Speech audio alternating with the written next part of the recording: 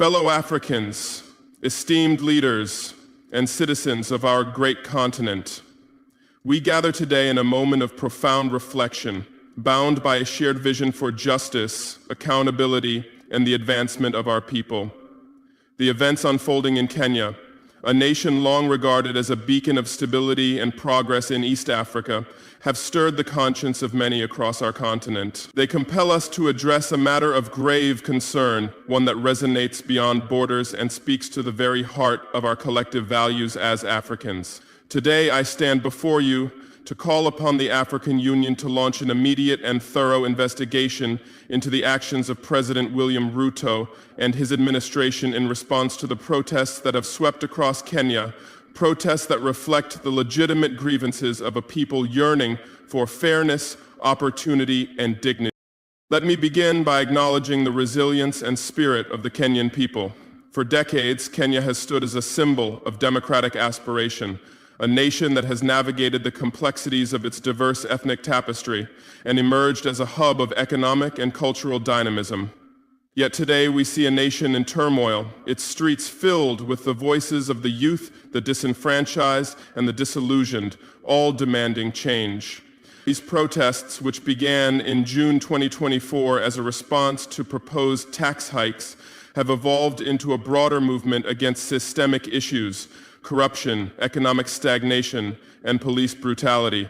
The cries of "Ruto must go" and "Wantam" echo not only in Nairobi, but in the hearts of those who believe in the promise of a just Africa. The scale of these protests is unprecedented. Over the past year, more than 100 lives have been lost, countless others injured, and hundreds arrested, often arbitrarily. The Kenya National Commission on Human Rights has documented these tragedies, reporting 31 deaths in a single day of protests on July 7, 2025, alone. Among the fallen was a 12-year-old girl in Kiambu, struck by a stray bullet while in the safety of her home. Another, Boniface Karayuki, a 22-year-old mask vendor, was shot at point-blank range during a rally against police brutality. The death of blogger Albert Ojwang in police custody last month further ignited public outrage, with an autopsy revealing head trauma and bruises, contradicting official claims of suicide. These are not mere statistics, they are stories of lives cut short, of families shattered, and of a nation's trust betrayed. It is in this context that I, as a leader committed to the principles of Pan-Africanism and the empowerment of our people, call upon the African Union to act. The AU, as the guardian of our continent's democratic ideals and human rights, has a moral and institutional obligation to investigate the actions of President Ruto's administration. The allegations of excessive force, extrajudicial killings, and abductions demand scrutiny. The directive from President Ruto himself, ordering police to shoot protesters in the legs and break their legs to prevent property damage, is not only a violation of human rights, but a dangerous escalation that threatens the democratic fabric of Kenya and sets a perilous precedent for our continent. Let us be clear. The right to protest is enshrined in the African Charter on Human and People's Rights, a document that binds us all. Article 11 guarantees the right to assemble freely, and Article 4 protects the right to life. When a government responds to peaceful demonstrations with live ammunition, tear gas, and water cannons, it violates these sacred principles. When a president publicly instructs security forces to maim citizens rather than engage in dialogue, it undermines the very essence of leadership. Such actions cannot be dismissed as internal matters. They are a stain on our collective conscience and a challenge to the values we uphold as Africans. The African Union must investigate not only the use of force, but also the broader context of these protests. The Kenyan people are not protesting merely for the sake of unrest. They are driven by deep-seated frustrations, a cost of living crisis that has eroded wages, youth unemployment that stifles potential, and a government perceived as tone-deaf to the needs of its citizens. President Ruto campaigned in 2022 as a champion of the hustler nation, promising to uplift the poor and fight corruption. Yet, his administration's policies, aggressive tax hikes, ballooning debt, and a perceived tolerance for corruption have fueled disillusionment. The now withdrawn Finance Bill of 2024, which proposed taxes on essentials like bread and mobile money transfers, was seen as a betrayal of those campaign promises. The termination of a $2 billion zero-cents deal with the Adani Group to control Kenya's main airport, only after public outcry, further exposed a government seen as prioritizing elite interests over the public good.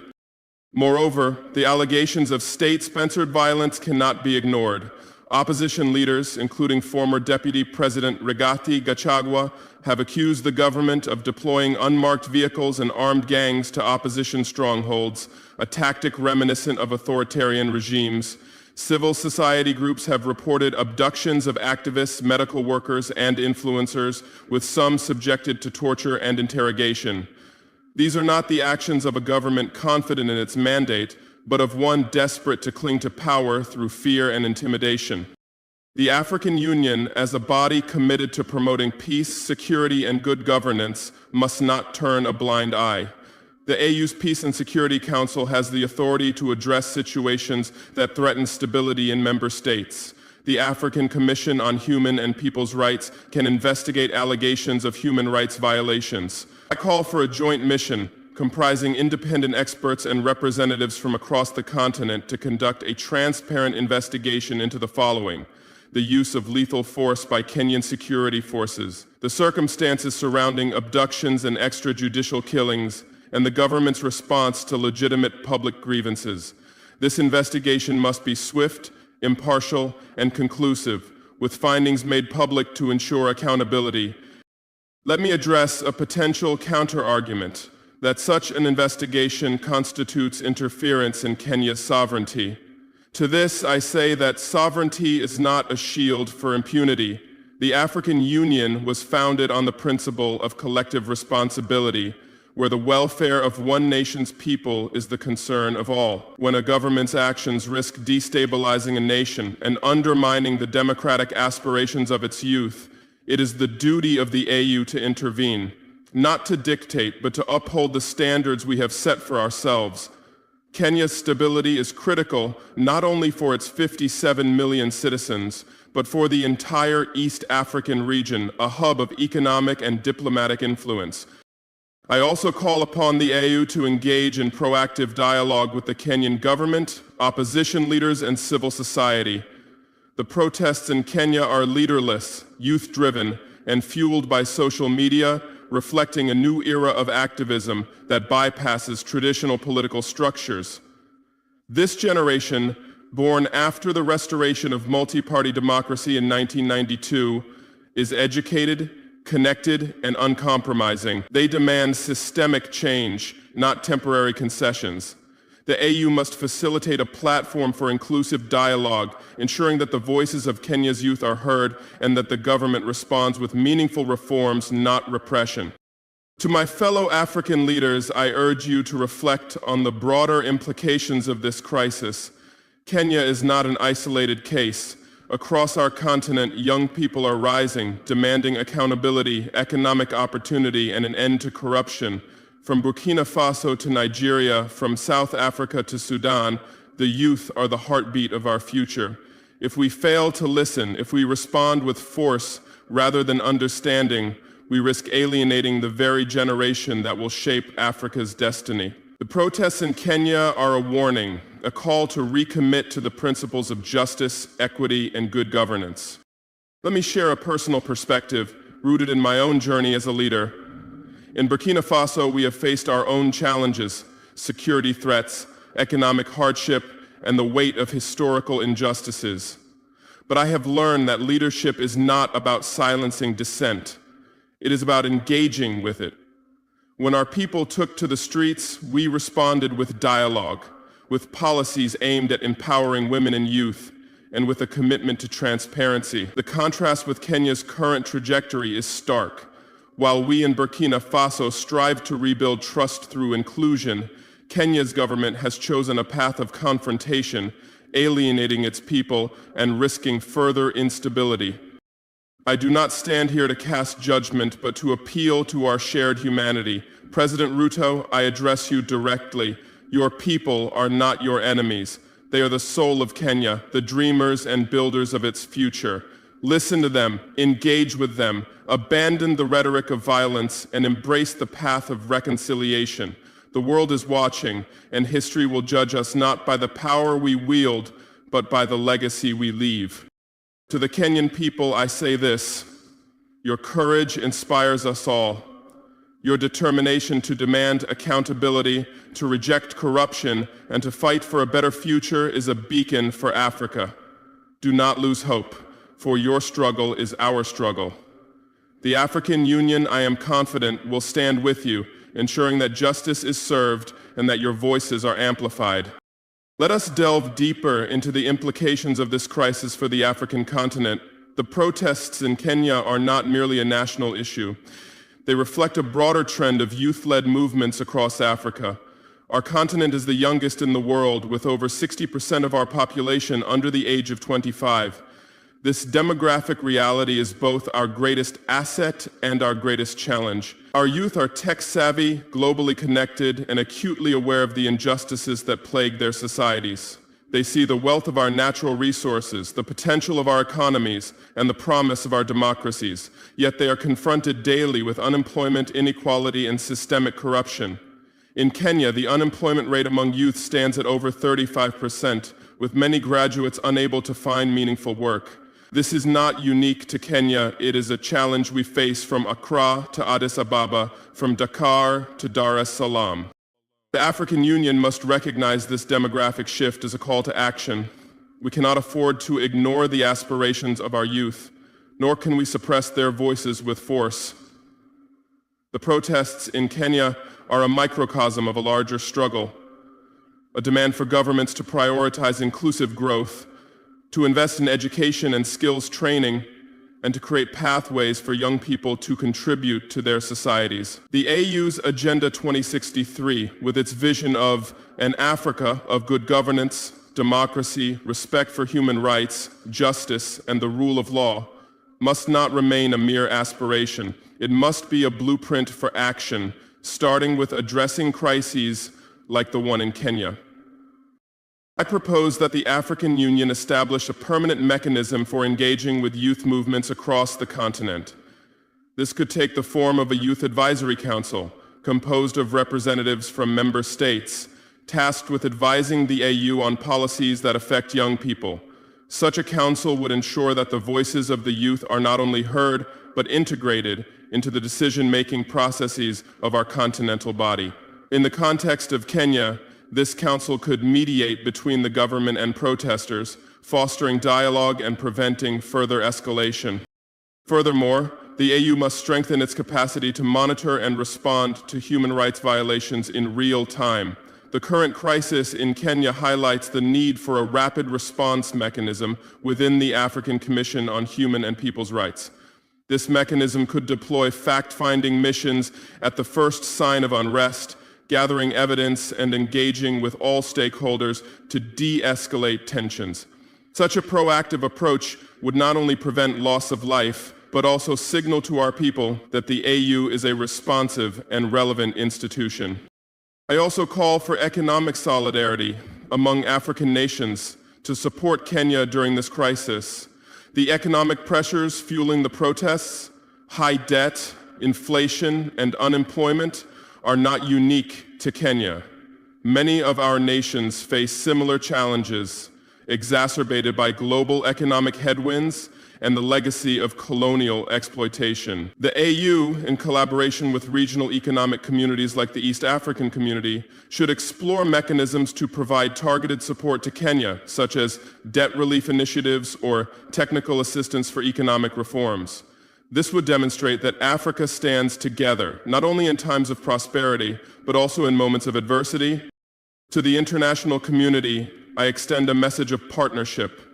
The situation in Kenya has drawn global attention, with organizations like Amnesty International and Human Rights Watch documenting the abuses. While we welcome their scrutiny, we assert that Africa must take the lead in resolving its own challenges. The African Union, with its deep understanding of our cultural and historical context, is best positioned to mediate this crisis. We invite our international partners to support the AU's efforts, whether through technical expertise, funding for investigations, or amplifying the voices of Kenya's youth on the global stage. In closing, I reiterate my call for the African Union to launch an immediate investigation into the actions of President William Ruto's administration. Let this investigation be a step toward healing, accountability, and the restoration of trust in Kenya. Let it serve as a reminder that no leader is above the people and no government can thrive without the consent of the governed. Let it inspire us to build an Africa where the rights of every citizen are protected, where dissent is met with dialogue, and where the dreams of our youth are nurtured, not crushed. The time for action is now. Let us act with courage, unity, and purpose. Beyond investigation, the AU must facilitate inclusive dialogue between the Kenyan government, opposition, and civil society, particularly the youth leading these leaderless, social media-driven protests. This generation, born after Kenya's 1992 democratic restoration, is educated, connected, and uncompromising in its demand for systemic change. The AU should establish a platform to amplify their voices and push for reforms, not repression. A proposed youth advisory council within the AU could ensure that young people's perspectives shape our policies, preventing future crises. My own experience in Burkina Faso informs this call. Facing security threats and economic challenges, we chose dialogue over confrontation, implementing policies to empower women and youth. This contrasts with Kenya's current path, where state violence has alienated citizens and risked further instability. I urge President Ruto to listen to his people, abandon violent rhetoric, and embrace reconciliation. Leadership is not about silencing dissent, but engaging with it to build a stronger nation. The Kenyan crisis has broader implications for Africa. From Burkina Faso to Nigeria, youth are rising against corruption and inequality. The AU's Agenda 2063 envisions an Africa of good governance and justice, but this vision requires action, a permanent mechanism to monitor human rights violations in real time, coupled with economic solidarity like debt relief or technical support for Kenya, could address the root causes of unrest. The AU must also strengthen ties with regional bodies like the East African Community to foster stability. To the international community, I extend a call for partnership. While global organizations have documented Kenya's abuses, Africa must lead in resolving its challenges. The AU's cultural and historical insight positions it uniquely to mediate. International partners can support through expertise, funding, or amplifying Kenyan voices globally, but the AU must take the helm. To the Kenyan people, your courage is a beacon for Africa. Your fight against corruption and for a better future inspires us all. Do not lose hope. Your struggle is ours, and the AU will stand with you. To my fellow leaders, let us heed this warning. Our youth are our future, and suppressing them risks our continent's destiny. We must recommit to justice, equity, and governance that serves all. In conclusion, I call for an AU-LED investigation into President Ruto's actions, a step toward healing and accountability. Let it remind us that no leader is above the people and no government thrives without their consent. Let us build an Africa where rights are protected, dissent is met with dialogue, and youth are empowered. The time for action is now. Let us act with courage, unity, and purpose. May Africa rise. Thank you, and may Africa rise.